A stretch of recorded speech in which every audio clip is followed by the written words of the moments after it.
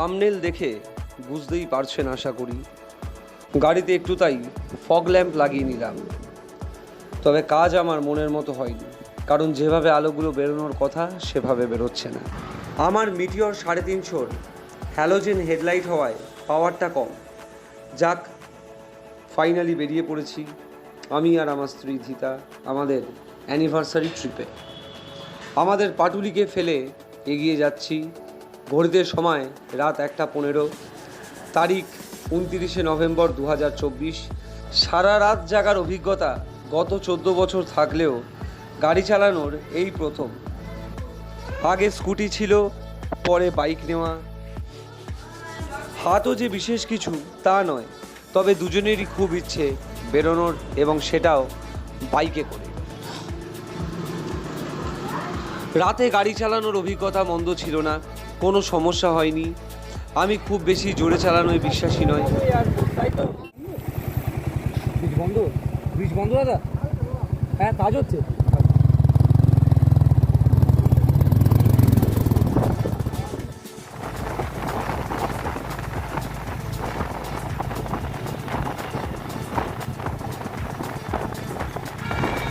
তবে শুনেছিলাম যে রাতের বেলায় লরির খুব অসুবিধা হয়, বাট বিশেষ কিছু এরম চোখে দেখিনি। আমরা বারবার দাঁড়িয়েছি, চা খেয়েছি এবং কিছুক্ষণ অন্তর অন্তর একে অন্যকে ডেকে গেছি, যাতে অন্যজন ঘুমিয়ে না পড়ে। এই ভয়টাই সবচেয়ে বেশি ছিল, এবং এই চক্করে আমার সাথে ওরও অনেক কাপ চা খাওয়া হয়ে গেছে।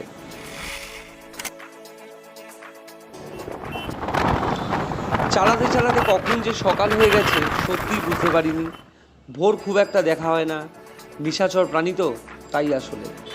দিনের প্রথম টোলটা পেরিয়ে এই পেলু ধাবাতেই আমরা একটু ব্রেকফাস্ট সেরে নিয়েছিলাম। আমার একটু চোখও লেগে এসেছিল। ঘুমটা কাটিয়ে নিয়ে শুরু করলাম স্বপ্নের যাত্রা। জীবন আনফেয়ার কখনোই বলব না, তবে উঠতে চাইলে নামতে যে হবেই।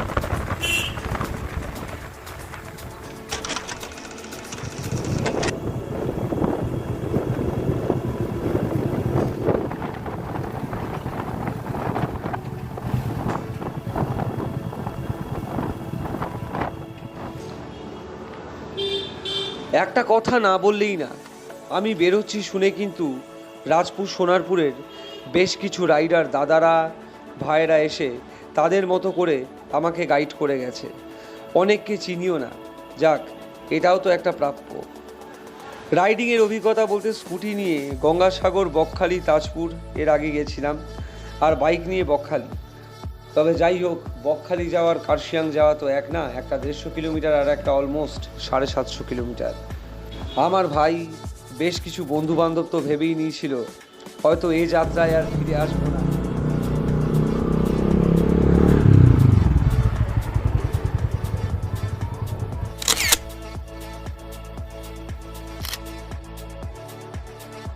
এই ধাবাতেই আমরা লাঞ্চ করেছিলাম।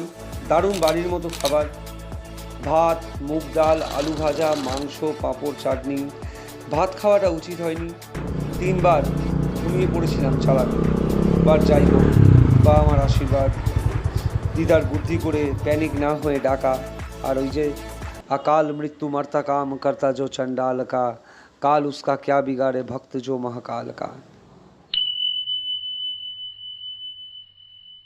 রাইড করার সময় বাঙালি ভাইদের উদ্দেশ্যে বলবো ভাতটা অ্যাভয়েড করতে। ভেতো বাঙালি তো, হয় ঘুম দেবে, না হলে শরীর ছেড়ে দেবেই দেবে। বহুবার চা, সিগারেট, টিফিন এসব বিরতি নিয়ে 70 থেকে 80 কিলোমিটার অন্তর অন্তর গাড়িকে একটু বিশ্রাম দিয়ে প্রায় 3টের মধ্যেই আমরা শিলিগুড়ি পৌঁছে যাই। ঠিক আছে, কিছুক্ষণ পর যাচ্ছি। রাতটা আমরা বাগডোগরার কাছে এই হোটেলেই ছিলাম। সবটা ভিডিওর মাধ্যমে তুলে ধরতে পারলাম না, কারণ মাঝখানে লাইভ করেছিলাম অনেকবার। রাতে বুঝতে পারিনি এত ভালো ভিউ পাবো এবং সকালেই পাহাড় দেখতে পাবো। 900 টাকা ঘর ভাড়া এবং কমপ্লিমেন্টারি বেডটি এবং জল। মালিকের মুখেই শুনে নিন। এয়ারপোর্ট থেকে এখানে খুব কম পয়সা থাকা খাওয়া যায়।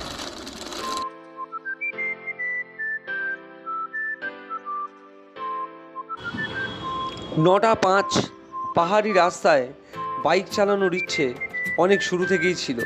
যাক, কিছুটা তো পূরণ করা গেল। ভালো লাগাটা ভাষায় প্রকাশ আর নাই বা করলাম।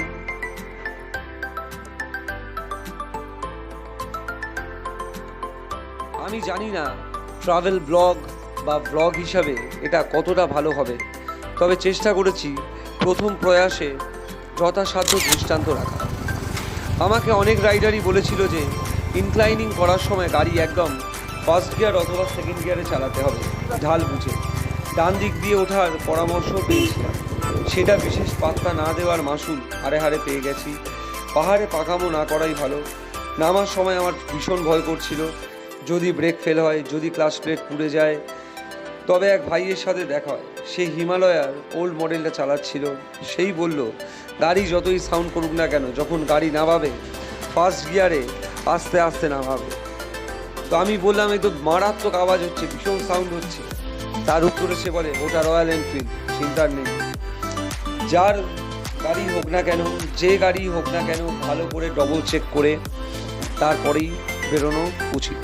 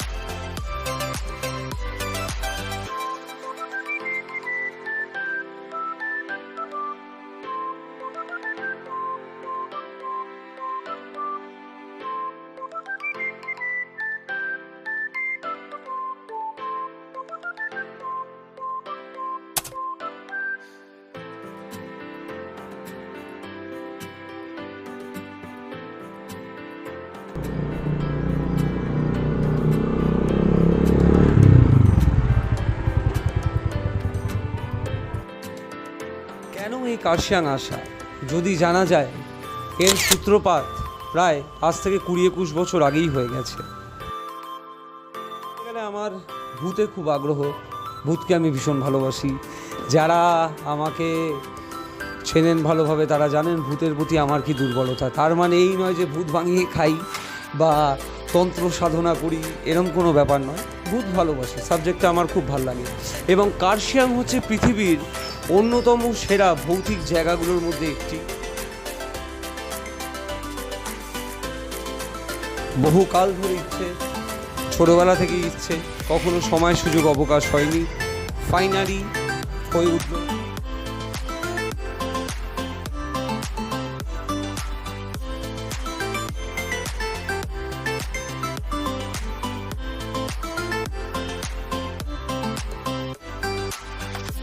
জীবন বারবার নানাভাবে পরিবর্তিত হয়েছে, যে কারণেই হোক না কেন। প্রথমে ব্যাক বেঞ্চার, সেকেন্ড থেকে ফার্স্ট বয়, কলেজে উঠে অনার্স কেটে যাওয়া, অভিনয় জীবনের সুযোগ, এবিপি নেটওয়ার্কে চাকরি, সেখান থেকে ফুচকাওয়ালা মানে ফুচকাবাজের প্রতিষ্ঠা। সেই স্কুলের সামনেই যেখানে কখনো ফার্স্ট হয়েছিল। মাত্র 2 বছর পড়লেও যা পেয়েছি এখান থেকে আজও পাইনি।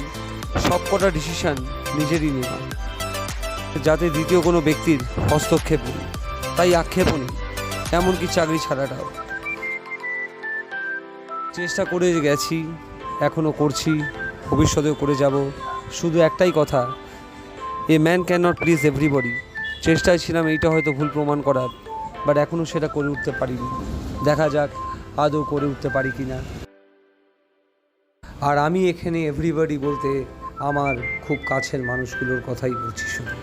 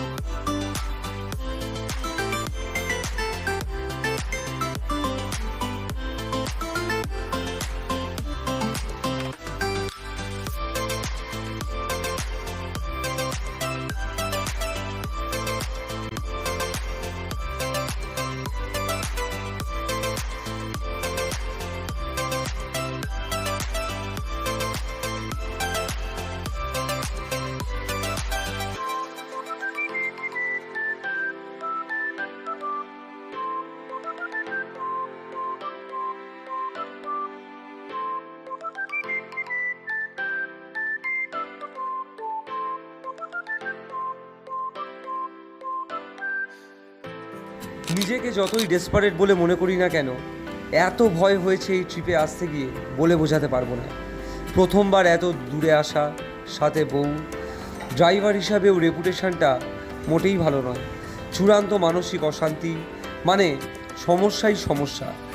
এই সব সমস্যা কাটিয়ে উঠে আসা, তাই এই ট্রিপ আমাদের দুজনের কাছেই খুব স্পেশাল ছিল। 1 ডিসেম্বর 2019-এ বিয়ে করেছিলাম আমরা, তাও 11 বছর প্রেম করার পর। বাঙাল ঘটির বিয়ে, এছাড়াও নানাবিধ অশান্তির কারণে আমাদের বিয়ে আমরা ছাড়া আর বিশেষ কারুর কাছে স্পেশাল নয়। তাই যতই যা হয়ে যাক, এই দিন বেরোতে হবেই, একটা দিন বছরে অন্তত নিজেদের জন্য। যাক সেসব কথা, প্রথমে ভয় পেলেও এই দৃশ্য কিন্তু মন ভরিয়ে দিয়েছে।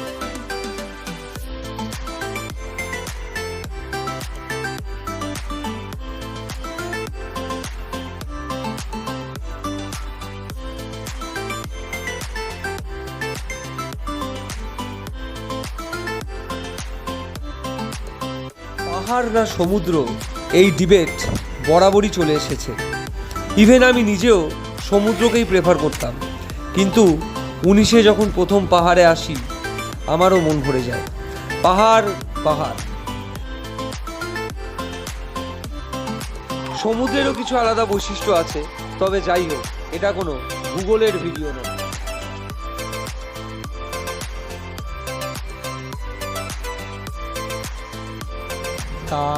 কার্শিয়াং আমরা ঢুকেই গেছি।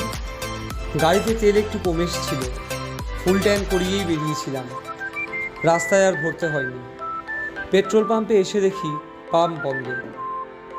যাই হোক, বেরিয়ে পড়ি।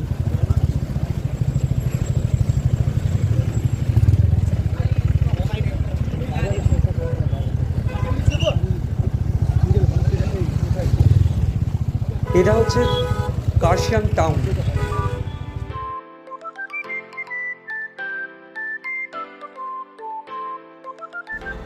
হঠাৎ করে নেটওয়ার্কের খুব গন্ডগোল দেখা দিল। কিছুতেই গুগল ম্যাপ কাজ করছে না কারুর ফোনে, কি জানি ভৌতিক কিনা।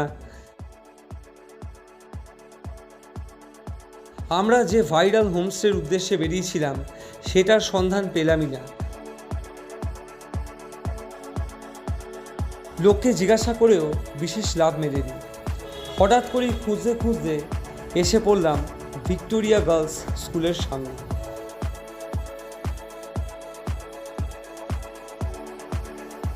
পরিবেশটা সত্যিই দারুণ। এখানে ভূত থাকবে না তো কোথায় থাকবে?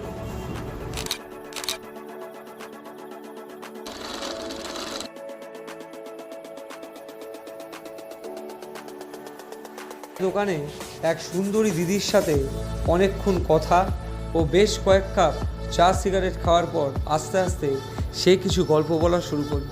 সেটার জন্য আর একটু ধৈর্য ধরুন।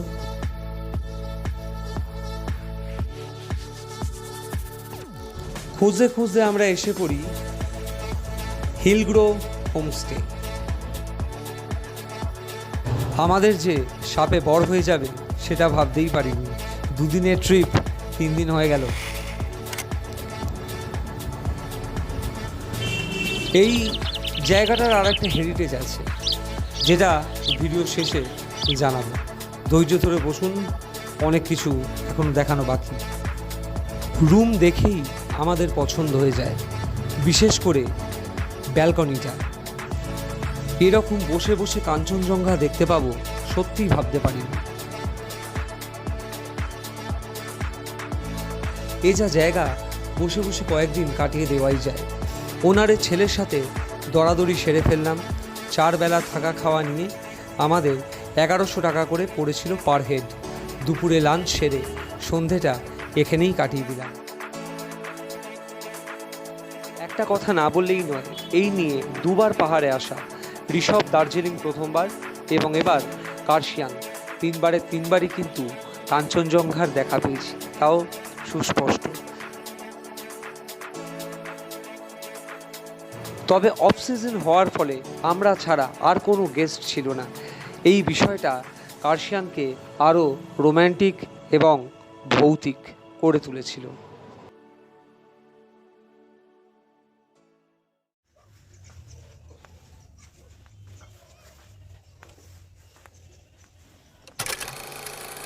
कहीं दूर जब दिन ढल जाए, सांझ की दुल्हन बदन चुराए,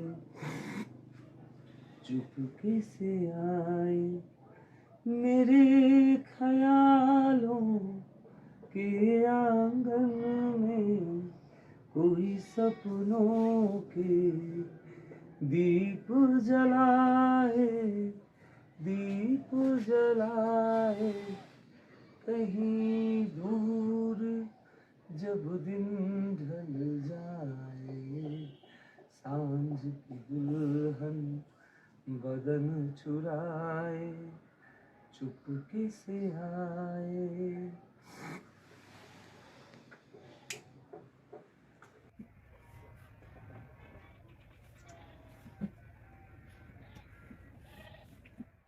কালকের আলো আঁধারির মাঝে ভিউটা একরকম ছিল, এখন সম্পূর্ণ আলাদা, যাকে বলে ম্যাজেস্টিক।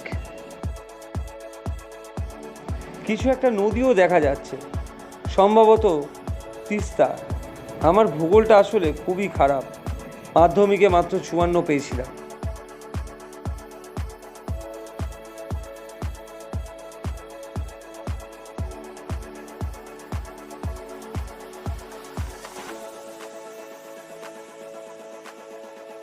কত দূর অবধি না ভ্যালি দেখা যাচ্ছে, বহু দূরের গ্রাম, ছোট ছোট ঘর।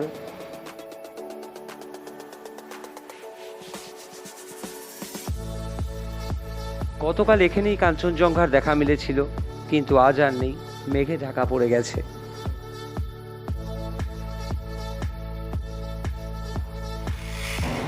অবশেষে বেরিয়ে পড়লাম দুজনে 11 নম্বর বাসে, মানে পায়ে হেঁটে। চারপাশ জঙ্গল আর জঙ্গল, একটাই রাস্তা নেমে গেছে, পরেও জঙ্গল।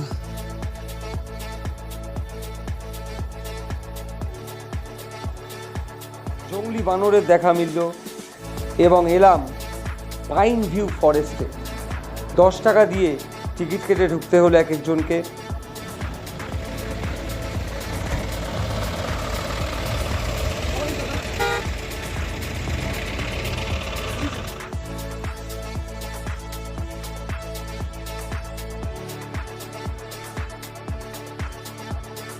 লোকজন প্রায় নেই বললেই চলে।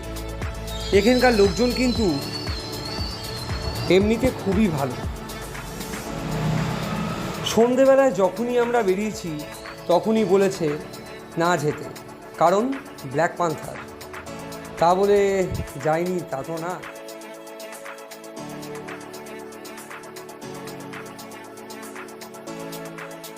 হাঁটতে হাঁটতে এসে উপস্থিত হই ভিক্টোরিয়া বয়েজের সেই গেটের সামনে। তবে এসেই দেখি সামনে বোর্ডে লেখা ট্যুরিস্টস আর নট অ্যালাউড। পাশেই একটা ক্যাফে ছিল, ক্যাফেতে বসে প্রায় 1 ঘন্টা মতো কাটিয়ে দিলাম। তারপর একজন বয়স্ক পিসি আমাদের সঙ্গে করে নিয়ে গেল। পিসি আস্তে আস্তে বলল আগে রাতে এখানে গাড়ি যেত এবং লোকজন নাকি শুনতে পেত কেউ ডাকছে, মানে লিফট চাইছে। এবং এই চক্করে বেশ কিছু অ্যাক্সিডেন্টও হয়েছে, কারণ পাশেই জঙ্গল, খাদ। অবশেষে চার্চের দেখা মিলল, আর পিসিও বলল বাবু আর যেও না তোমরা। আমরা কেন জিজ্ঞাসা করাতে বলল স্কুল খোলা আছে তো, কেউ দেখলে খামোখা বাওয়াল হবে। সত্যি খুব নিরাশ হয়েছিলাম।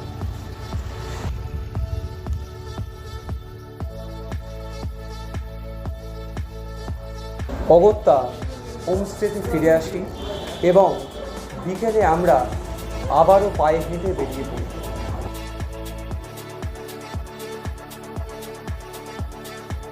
সত্যি বলতে সাহস পাচ্ছিলাম না বাইক নিয়ে বেরোনোর। একে পাহাড়, তারপর সন্ধে, আর তেলটাও তো ভরা হয়নি। আমরা এসে পৌঁছই হনুমান টপে। দারুণ রাস্তা ও অসাধারণ ভিউ। রাস্তাটা দেখে বাইক চালানোর জন্য লোকটা আরও বেশি বেড়ে গেল। হনুমান টপ থেকে নামতে নামতে সন্ধে হয়ে যায়।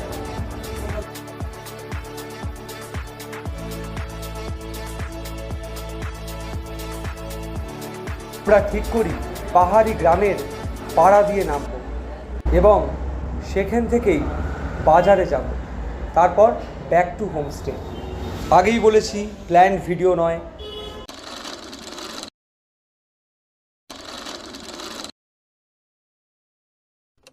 আমাদের হোমস্টের পাশেই এক বাঙালি কাকুর দোকান ছিল। তার সাথে গল্পের ছলে জানতে পারি সেও নাকি ভূত বিশ্বাস করে এবং দেখেছে। থাক সে গল্প।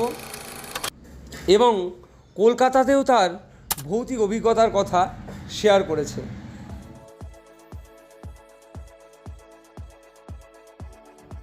পরের দিন সকালে ঘুম থেকে উঠে আমরা বেরিয়ে পড়ি পেট্রোল পাম্পের উদ্দেশ্যে। সেখান থেকে যাব গিদ্দা পাহাড়।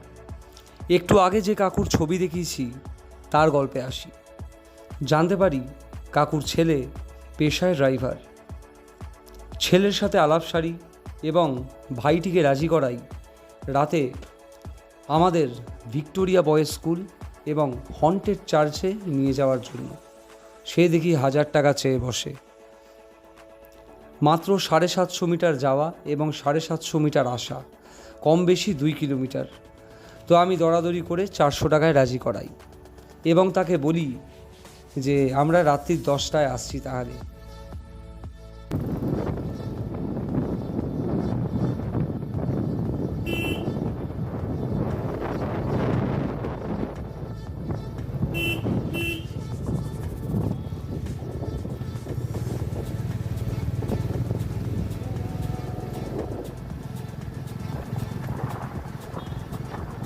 আর একটা কথা বলে রাখি, এই একটু আগে যে কাকুর কথা বলছিলাম সেই কাকু ভূত নিয়ে বহু গল্প করেছে।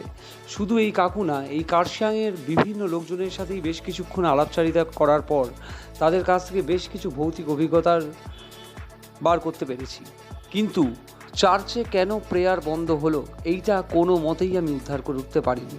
দেখা যাক নেক্সট বার এসে বার করতে পারি কি না।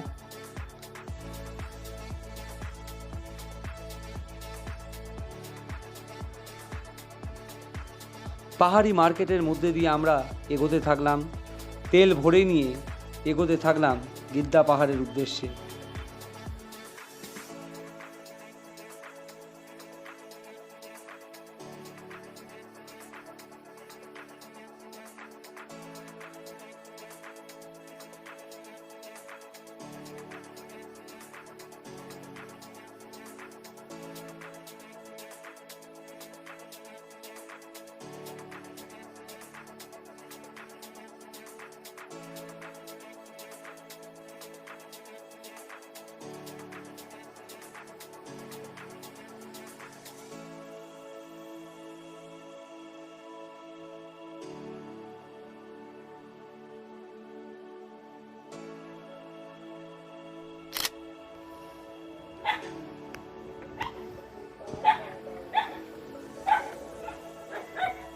সত্যিই কত সুন্দর, নিজের চোখে না দেখলে বোঝাই যায় না। গিদ্দা পাহাড়ের কাছে আমরা কম বেশি আধা ঘন্টা কাটিয়ে দিলাম এবং এত সুন্দর এত সুন্দর এত সুন্দর, যত বলবো তত কম।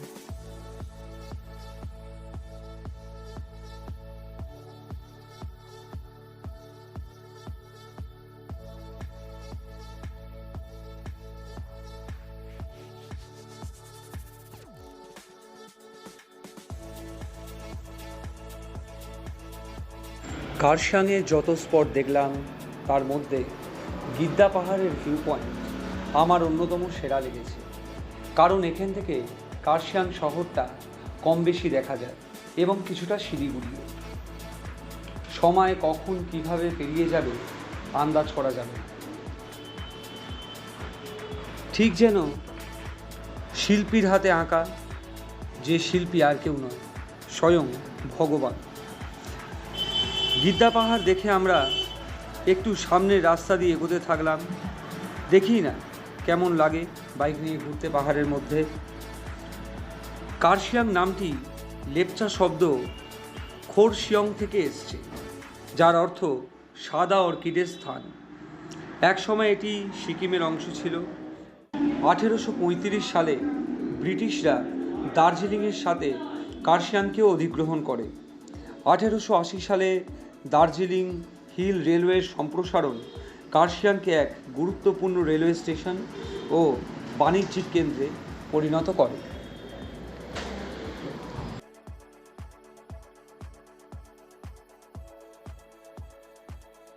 ঘুরে ঘাড়ে আমরা হোমস্টেতে ফিরে আসি এবং খাওয়া দাওয়া সেরে অপেক্ষা করতে থাকি সেই সবচেয়ে ইম্পর্ট্যান্ট মুহূর্তটার জন্য।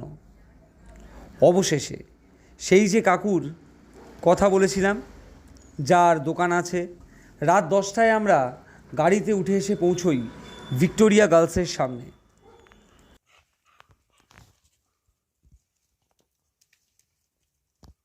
কোনো লোক নেই, যথেষ্ট আলো, 3 জন লোক আমরা মাত্র। তাও জানি না কেন গাটা ছমছম করছিল, হয়তো ভীতু বলে। প্রথম দিন এখানে যখন সকালে এসেছিলাম, ওই সুন্দরী দিদির থেকে শুনেছিলাম এখানে এক বাচ্চা মেয়েকে দেখা যায় নাকি। অনেকে বন্ধ ফাঁকা স্কুলে পিয়ানোর আওয়াজও শুনেছে। কেউ কেউ নাকি স্কুল বিল্ডিংটাও পুরো জ্বলতে দেখেছে। সবই ওদের থেকে শোনা। এরপর আসি ভিক্টোরিয়া বয়েজের সামনে।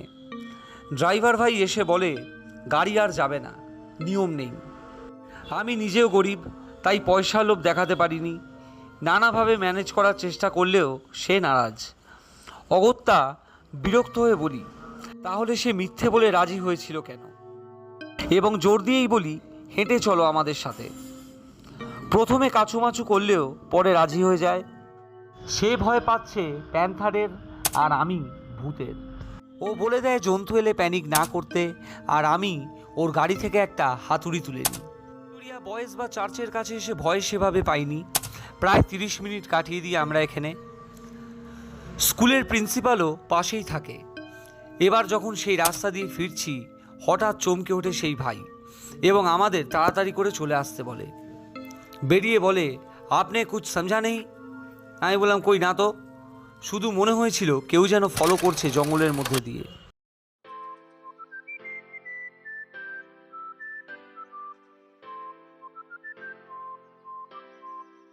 এবার ঘরে ফেরার পালা। Packing ready. আসুন, যে হেরিটেজের কথা বলছিলাম সেটা শোনাই আর আলাপ করাই ওনারদের সাথে। আরিয়ান, আর এই হচ্ছে আমাদের দিদি। দিদি নমস্কার। কিছু বলুন। কি বলবো, আমি এই তো আমার হোমস্টে আছে। আমার বেশি রুম না, 3টে রুম আছে। I want to keep it like less people and make give it a home friendly and a homely atmosphere. That's why I don't even have many rooms. আমি বড় রুমও করতে পারি, কিন্তু আমি রাখি না, আমি 3টে রুমই রাখি। একটু ভালোভাবে আমি গেস্টটাকে একটু আলাপ টালাপ করি, একটু চেনা পড়তে হয়, সেই জন্য আমি হোমস্টে করেছি। ঠিক আছে। ফটোটার পেছনে স্টোরি। আচ্ছা, উনি হচ্ছেন আমার শাশুড়ি। উনি হচ্ছেন মিস রাধিকা প্রধান। আর উনি ডাউইল স্কুলের প্রিন্সিপাল ছিলেন। উনি এইটা presidential award women of the year গাইডসে উনি অল ইন্ডিয়া প্রেসিডেন্ট, আর ওয়েস্ট বেঙ্গলের ভাইস প্রেসিডেন্ট ছিলেন। তারপরে উনি প্রেসিডেন্সিয়াল অ্যাওয়ার্ডও পেয়েছেন অনেক। আর এইখানে ডাউইল স্কুলে 23 ইয়ার্স সার্ভ করেছেন। তারপরে ওনার কি বলবো, এক্সটেনশন হয়েছে গভর্নমেন্ট থেকে 3বার দিয়েছিল, তারপরে উনি নিলেন না। উনি বলছে আবার আমার এজ হয়ে গেছে, I don't have family time, so I want to spend the rest of my life with the family. I serve the community. Now I want to be with the family but she used to do social service a lot after her retirement also. From Lions Club बहुत सारा है जो कर्षण में associated है, वैसे करते हैं। और वो जॉइंट सेक्रेटरी ऑफ एजुकेशन भी थे वेस्ट बंगाल बोर्ड का, तो उनका विकास भवन पे ऑफिस भी था। She was very renowned lady in Kursham. That's what I know. Thank you দিদি।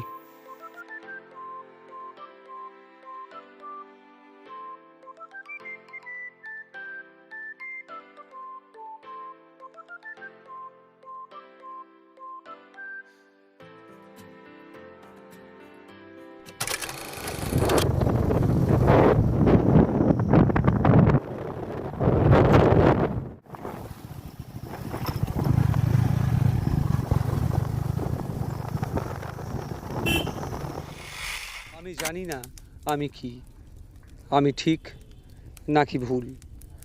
আমি জানি আছে প্রচুর দোষ, তবে স্বীকারের ক্ষমতা রাখি। আমি জানি মুখের ভাষা নয়কো মধুর, অনেকেই বলে থাকে ঠোঁট কাটা, তবে মন থেকেই বলি। এখন চেষ্টা করি যেন হাসি খুশি চলি, পারি না একদমই। হাসতে গেলে মাথায় আসে কান্না, না না না, এটা অত সোজা না, আর আমি বোঝাবও না। বলা যেতে পারে আছে গণ্ডগোল, হ্যাঁ মাথায় থাকতেই পারে। ক্ষতি করেছি কারো কিছু, হ্যাঁ নিজেদের। মাথা বড় জটিল জিনিস, ঠিক যেমন রিয়েলিটি। টেবিলের এপারে 6 ওপারে 9, সবটাই দৃষ্টিভঙ্গি। স্বার্থপর হতে পারো যদি, নেই সমস্যা। তারা তো জানোই, কিন্তু যারা নয়, উপায় থাকতেও করে উঠতে পারে না। এক এন্ডলেস স্নায়ুযুদ্ধ, আমিত্বের দংশন। যাক, আর ভাল লাগছে না। ইচ্ছে করছিল লিখতে, সেগুলো এখানে বলে গেলাম, ভাব সম্প্রসারণে আসবে না।